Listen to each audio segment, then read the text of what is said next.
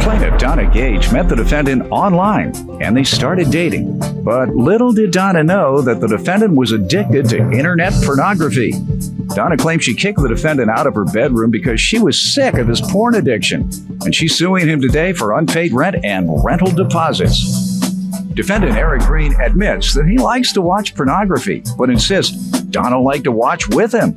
Eric claims after he moved out of Donna's home, he discovered that she damaged his clothing by throwing raw meat on it. And he's countersuing her today for a cleaning bill and the damaged property. Start with you. Okay, I just want to say thank you for letting me be on your show, Judge Mathis. I really like you. Thank you. You look very good. And Doyle, you are excellent, I must say. All right. It happens all of you. Definitely get more action than me. There's no question. Yeah, that's true. That's true. He does. Go ahead. Okay, I met Eric Green on a blacksingles.com website, December 2007. Never did I know. I'm on that site too. That's how. Okay, I will go back and check my profile. Yeah.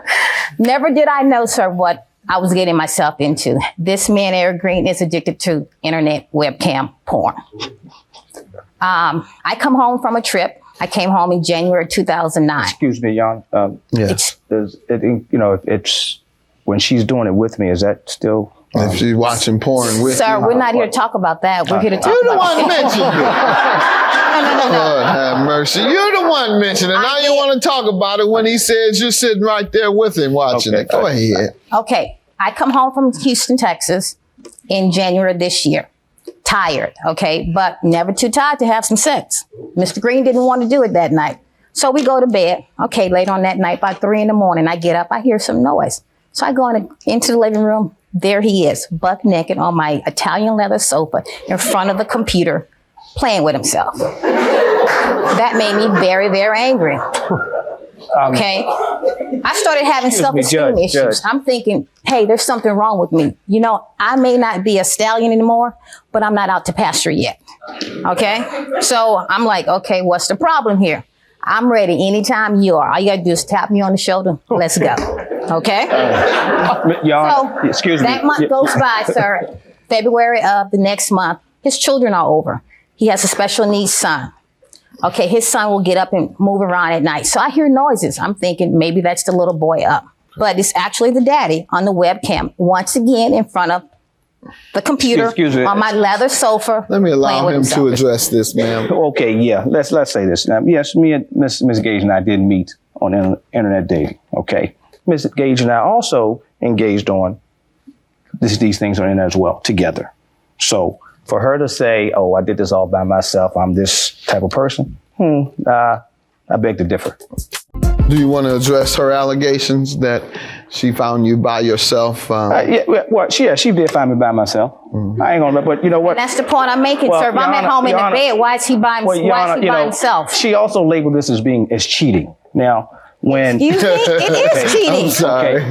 Now you're on the site with women. Okay, but then I have to address the fact that Ms. Gage would tell me she's coming home at night from her job. And by the way, ma'am, that's not cheating. The U.S. Congress and the U.S. Senate and the Supreme Court have ruled on that. Oh, yeah? So when you give out your cell phone and you dial their number. They had the president on trial. Don't you remember he said, I did not have sex with that woman. Okay. Excuse me, and sir. he was not removed from office. So let's get on to this, tell me about cheating. this. Well, so go ahead. Ms. Gage, you wait for Ms. Gage to come home after work. Okay, we're going to go out this night. And, I'm there waiting. Ms. Gage doesn't show up. Ms. Gage doesn't call. It's 2:00 in the morning. I'm asleep. She walks in the door. Oh, never calls, says, I worked late. Several other occasions, Ms. Gage would leave a voicemail on my phone at 2 a.m. Oh, I've been out drinking with some friends. You suspect she was cheating? Yes, sir. And she was staying at a male friend's house, which she claims he was gay.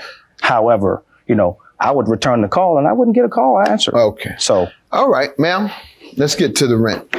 The agreement was that we would move into our apartment. We decided to make it a home and that he would pay half the rent and I would pay the other half. How much was that? That was $557.50. That was his share? That was his share. $557.50. Yes, sir. And what months did he fail to pay? He failed to pay April and May. All right. So that's 2 months of rent you're suing him for, and rental deposit. How does he owe you for that? And if I may interject, sir, I'm also suing him for the $588 is for the rent of my new place that I had to move into as well. Okay. So it's a total of $1,703 for rent. Right. Go ahead. The deposit is a total of $1,580, which is $1,280 from my old place that I lost because I was evicted. Okay. Why were you evicted? Because of non-payment of rent. When Mr. Green left me, that meant I could no longer pay the $1,200 by myself. Okay. So they evicted me and I lost my deposit. It went toward the unpaid rent. All right, sir, let me hear from you. Well, first of all, Your Honor, Ms. Gage and I, yes, we were romantically involved. One evening I came home and, of course, I was on the internet. We got into a heated argument. And she says, I want you out here. I want you to get out here now. I said, well, if I get out here, you're going to be in the dark. Ms. Gage then took that as being a threat, call the police. That is not the truth, And she told the police that she wanted me out. Your Honor, I have here the incident report for the police. Yes, I did call the police, sir. Let's address the issue of rent. Do you believe you owe? And if no, not, sir, I do why? not. I do not owe it because Ms. Gage told me to leave. You're saying you were illegally evicted by her. Well, technically, that's what you would call it, yes. That's an illegal eviction if they tell you to get out and without notice and without a judgment by a landlord-tenant judge. Ma'am, did you order him to leave? No, sir. This is what happened. As I was explaining earlier, when I came home and I caught him on the internet in January, caught him again in February, he wrote me an email, and I do have that evidence. He stated in that email that he was going to leave. That was in January 2009. And you never told him to leave? No, sir, I did not tell him to leave. I told him to get out of my room is what I told him to do. Okay. And your counterclaim, sir, cleaning bill, yes, sir. Pants, and yes, sir. Ms. Gage, I guess she exercised her right to get rid of her raw meat and put it in my clothes. I have a picture here where she sabotaged my clothes. Put her raw meat in your clothes. Yes. So I have a cleaning bill for some sweaters and these pair of pants, of which could not be cleaned because I couldn't get the bloodstains out from the turkey meat that she put in my clothes. Okay. There's also some unreturned items of which she has of mine. What are those? Some artwork. And one is an African art photo worth about $150. All total artwork? Yes, sir. No, the other piece was a very intimate piece of mine that was given to me by my father. Tell me the total amount of $1,500. $1,500. Yes, sir. For how many pieces? It's 2 pieces, sir. All right.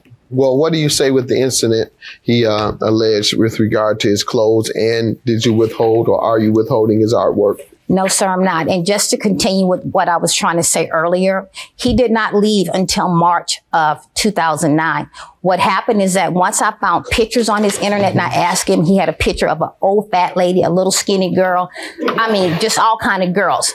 Catching one more time. It's at the point to where I'm up at night listening for the sounds. Okay. One night I wake up, I'm creeping, trying to catch him. And there he is once again. I did not ask him to leave. I'm creeping and I'm peeping. He said you were watching it with him. We're done with that, man. We're done with that. Sir, did you move out in March? Yes, sir. I moved out March 27th. All right. Well, it wasn't an illegal eviction. You told her on January 25th that you were leaving. And if she told you to leave in January and you left in March, that is an illegal eviction. That's you complying with her request. So, ma'am, did you destroy his pants? I must say, sir, I did do his pants. I was upset. Okay.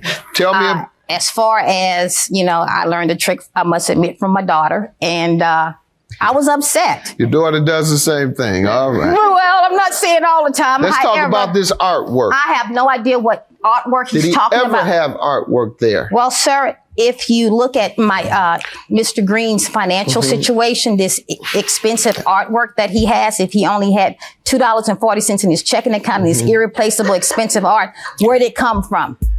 All right, sir. Why didn't you take your artwork with you?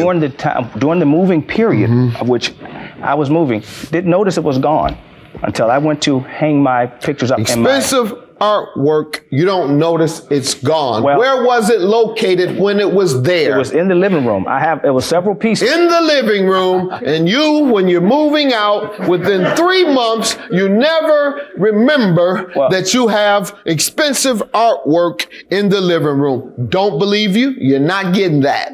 Now, with regard to the rent. Sir, I'm also going to grant her the judgment for rent because she has convinced me with your own emails that you said you are moving out on your own, and this occurred 2 to 3 months after you allege she told you to move out. Judgment for the plaintiff, $3,283. For the defendant, he will get for his pants $53 and $93 for the cleaning bill.